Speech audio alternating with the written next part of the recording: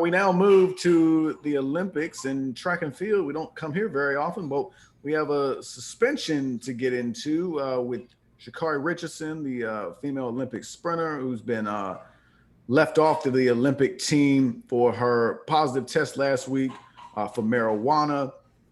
Um, and now the Olympic team has elected to move on without her in the Tokyo Games.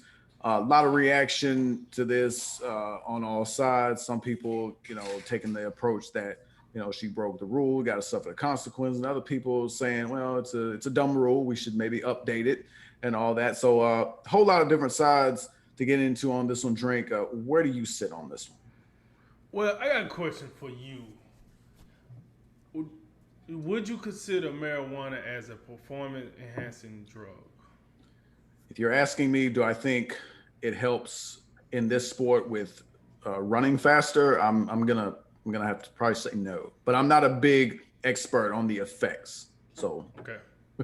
So the reason I asked you that is this: one of the big subjects, one of the big talking points of this whole ordeal with Sha'carri Richardson is marijuana. It's not PEDs. It's not a performance enhancing drug. And then, so for those people, this is what I ask: is it or isn't it? Because if you're comparing this to football players, then no, probably not. Steroids and all. Baseball players, probably not. Steroids probably take care of that too. Basketball players, probably not. My point is this: if you're talking about a team sport, okay, cool, I got you. But she don't do a team sport unless we talking about the relays. Relay is four people are in a relay. But for the most part, she's an individual runner. When you run a sport like when you do a sport like track and field, the craziest thing about that is this: when you're on that track, it's you and only you. Her number one race is the 100 meter individual race. It's just her.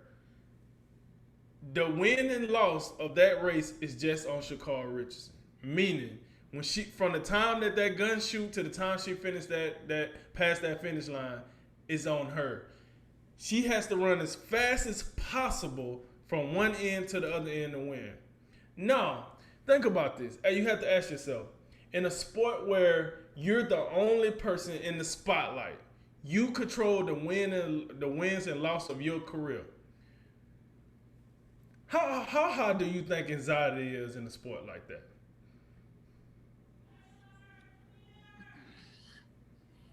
it's a good question. I'm not exactly sure. I'd say If you I if would you had to give it to me from 1 to 10, from a scale of 1 to 10, how high you think anxiety is in track for and field? track and field, probably somewhere in the middle for five. I don't. Okay, I'm, so I'm not. I'm let's not sure to be honest with you. okay, so let's say you go with five. All right, cool. Well, here's the thing: in track and field, anxiety is a really high thing because you're in this event. You're by yourself. You got these fans. You got these lights, and your goal is to outrun all these other individual athletes that's just as fast, if not faster than you. So you Can I, have can a I, meet. can I get I don't mean to cut in, but I think I know where you're going with this now. You're Okay. saying in the individual sport, there's more anxiety along with it because you don't have teammates to lean on, Right, shoulder you load don't get a together. break. You Okay, don't get a break. It's just okay, boom. I'm with you. I'm with you now. Okay, yeah. So you don't get a break like And I was gonna go back to this like football, for example. If you play on offense and you 3 and out, you go to the bench. Here come the defense. Oh, defense didn't do what they supposed to do. Here comes special teams. So you got breaks. Basketball, boom. Sometimes you're not giving it your all on defense. You take a break on defense, then you get back on offense. Then you go to the bench. Baseball, etc., etc. Track and field, you don't have that. You're on the track from the beginning to the end. So my point was this: a way that you can cut down on anxiety right before a race. Weed. I mean, that's just one. That's just one a minute. That's the subject of this. Just one a minute. And here's the thing: people scoff at this, but that could be considered performance enhancing. if I can figure out a way to lower my anxiety more than my opponents can, my competitors can, and I got a clear mind going into this big moment, this anxious moment, this history-making moment, and I get to run with a clear head, that is going to make me a better runner because I don't have 1,000 things going on in my head. I'm tunnel vision. I'm focused. Now I'm zoned in. I'm ready to go. While I got all these other people, I got I got my family going on back here. I got sponsorship going on here. I got this, that, and the third. Now I'm not saying that marijuana is on the level of steroids at all, but I am saying this for all the naysayers that keep asking, is marijuana performance enhancing drugs? You have to ask yourself, in what situation are we talking about? Because it can be looked as that. And every time I ask someone that same thing, and I break down the same scenario I just broke down, people look at me crazy like, oh, I didn't think about it like that. And it's not your job to think about it like that, but those are a couple of things. Those are things that I think about. Now, to the individual, to Sha'carri Richardson herself, listen. The reason this is very saddening, and the reason we talking about this as much as, listen, this young lady had a lot of stuff on her shoulders. She had a culture on her shoulders. She had a region on her shoulders. Hey, she from Texas, went to LSU, broke all these records, came from the ghettos of the ghettos, the hoods of the hoods. A lot of people relate to that. LGBT, she dates another woman, so people relate to that. And then just her struggle and everything that goes along with that, a lot of people related to that. I'm saying that to say this: a lot of people was in her corner rooting for her. Her not being able to go to the Olympics because she decided to smoke weed. A lot of people are trying to turn the other way because so many people was rooting for her. But at the end of the day, right, you have to ask yourself, if your best excuse for her is, well, it's legal in America, she should be able to use it. If that's your best explanation, that's not good enough. That's just not good enough. Here's the deal. And it's the same way in the United States, but this is on a world, a global stage here. If North Carolina governor doesn't authorize smoking marijuana, let me backtrack this. I'm sorry. Let me backtrack this. North Carolina is known as a military state. So if North Carolina right now said, hey, we legalize marijuana in North Carolina, okay, cool. That doesn't mean the military members in North Carolina then all of a sudden get to smoke it up. Hey, it's legal. Governor said it's good. Hey, they signed the bill. Let's roll. No, you still follow under federal guidelines, which says you ain't using around here. and we're gonna get the urinalysis ready because y'all think we playing. Yeah. Well, it's the same thing for the Olympics. No one gives a rip what the United States is allowing in the United States. No one gives a rip what Poland allowing, and Russia, and the Czechoslovakian, and all these other crazy countries, right? No one cares because at the end of the day, the Olympics have one set of international rules, and it says you cannot use A, B, C, and D. It didn't say you can't use A, B, C, and D, but hey, if you from America, don't worry about C. Like, no, it don't say that. It's pretty straightforward. If you want to be a Olympic athlete, here's the rules. Don't break them. I don't care what country you're from. Don't break them. Listen, and for everybody to say, well, if it was Michael Phelps or somebody, it would have looked different. Listen, the Olympics don't care who it is. I've seen them ban the whole country before. Russia. They banned the whole country from the Olympics. So if they would ban the country, what do you think one athlete got to do from America? They don't care. You break the rules, you're out of here. And for those people that like to compare this to Michael Phelps, two things for you. Thing number one, Michael Phelps went out here popping for marijuana during the Olympic trials. His whole ordeal happened after the Olympics. That's one. Two, you got to make it to the country first and to compete. Now Sha'carri Richardson can't even make it to the country and compete. Those are two different categories, and people need to knock it off. Then, Michael Phelps got away because he a white dude. No, he got away because he was smart. He got away because he didn't do it at the wrong time.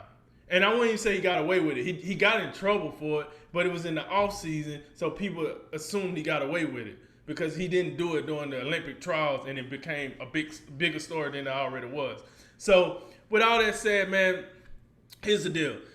I'm with most people when they say smoking marijuana is a small thing. I do agree. Listen, if you hang around people that drink beer and liquor, then don't come crying to me about people that smoke marijuana. Because the only thing is, alcohol been legal for a very long time and marijuana hasn't. But listen, they both have their cause and effects. If you've been around both, you know what time it is. So with that said, it might be minuscule to us in America, but this is a big thing to the Olympic Committee. I think they handled it the right way. She broke the rules. She don't get to participate. And listen, this is how I know it's true because Sha'carri Richardson herself went and apologized for the mistake she made. She gave her explanation. She said she did what she did, and that's it. She left off the roster. She's not crying about it. She's not saying she's a victim. She messed up, and she take ownership in that. So at the end of this, we gotta stop condoning the wrong behavior. She was wrong. She got in trouble. She can't go to the Olympics. Now she gotta wait another 4 years, and that's a punishment within itself. Could you imagine being at the top of your game and now you don't get to show the world your game into another 4 years now? That's a punishment within itself. So, with that said, man, like, unfortunate as it is, and I'm rooting for Sha'carri Richardson. I know she'll bounce back and win more, U.S. World Track and Fields and get herself back into contention for the next Olympics. But she was wrong. The facts are the facts. And listen, we got to follow rules too. Just because we're American don't mean we can do whatever we want to. Yeah, this is a tough one, and in the past year of just seemingly just tough news, everywhere you turn, this is one of the tougher ones I've seen in the sports community, because the circumstances that kind of go with it and the reasoning she puts forth, which is just we all go through something in life, and every now and again, some people cope in different ways, and people have been known to cope with different substances. I mean, that's just kind of how it goes. But we got rules in place. Much like we got laws in place in the country. We probably do well to stick to them as best we can. The bigger point is, like, if you don't agree with the law, don't agree with the rule, then you got to go through a process to changing it, which is what the USA track and field team, they say. We don't necessarily like this. We're sympathetic, with what happened, but you gotta abide by the rules. And it is, like, as you say, this is a globalist type thing where everybody has to, all the different countries that want to participate got to abide by the same rules. But they do say, like, maybe we should take a look at the rules surrounding marijuana. But I did really appreciate the nuanced argument you gave about, hey, in this sense, individual sport, anxiety, if one person smokes marijuana, maybe they, able to get that anxiety down to where they're more focused and calm and relaxed. Maybe that helps you run better as opposed to I don't think there's any direct argument you can make that weed makes you faster. But if you go the indirect route and say, well, you can relieve a little stress, calm your nerves a little bit before the race, because I've ran before, and you get that little extra juice flowing, and you're a little too hyped up. Maybe there's something there. So I get that. And then, of course, in the larger picture, and this just apply to all sports, the danger with this is when you start legalizing these. If you go the route of legalizing certain substances such as this, then I still think it's probably not a great idea to just, go full-fledged and just smoke whenever you want. And I think the last thing you want to see is you come out to competition and you got athletes out there, just baked out of their minds. I don't necessarily want to see that. I mean, can you imagine LeBron and AD just high out their minds? And just, I really can't see that, like, helping the competition, even if it doesn't necessarily boost their performance. Well, I would say this though, like, do you ever see them drunk? You know what I'm saying? Alcohol been legal for I however, and we didn't see yeah. LeBron come to the arena drinking wine or whatnot. You know what I'm saying? And people be outraged by that.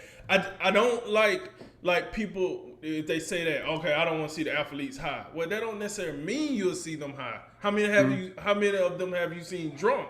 They've been able to drink for years. So they don't mean they still athletes and they still got to treat their body a certain way to be at the top of their game. And that's another point to this. And I've heard, different analysts make this argument before that, alcohol probably has, depending on what you look at, more adverse outcomes, based on the effects of, the alcohol than marijuana. But yet alcohol is legal. Why can't marijuana be legal? But the interesting part of that, because we know alcohol has a potential to just wreck lives. You know what I'm saying? With talk about DUIs and just alcohol poisoning. We've known people from time to time that drink too much, but they never talk about maybe pulling back on the alcohol. It's always just we need more legalization of everything. That's one thing I always find interesting because I'm not a really a proponent of any of it. But I do think the biggest thing with Sha'carri Richardson is it's like the timing aspect you mentioned is just tough. And I think also like the fact that she had to get up, do an interview, and give the explanation that she gave. I really thought that was that was tough to hear. And also, I don't think that was, I understand why she wanted to give an explanation, and it also didn't feel like somebody was making an excuse. It felt like a legitimate reason that we could all understand. But I just found it sad that it had to come to that, and now everybody knows her business because I don't think that's something that she should have had to disclose publicly. At the same time, I do appreciate how she handled it. You think that this is a young woman that's 21 years of age, and she seems way older than that. She seems very mature, and the way she handled it and really took responsibility. I think she'll bounce back from this as you say, and she'll have all the success in the world moving forward. And I look forward to seeing her run in 2024.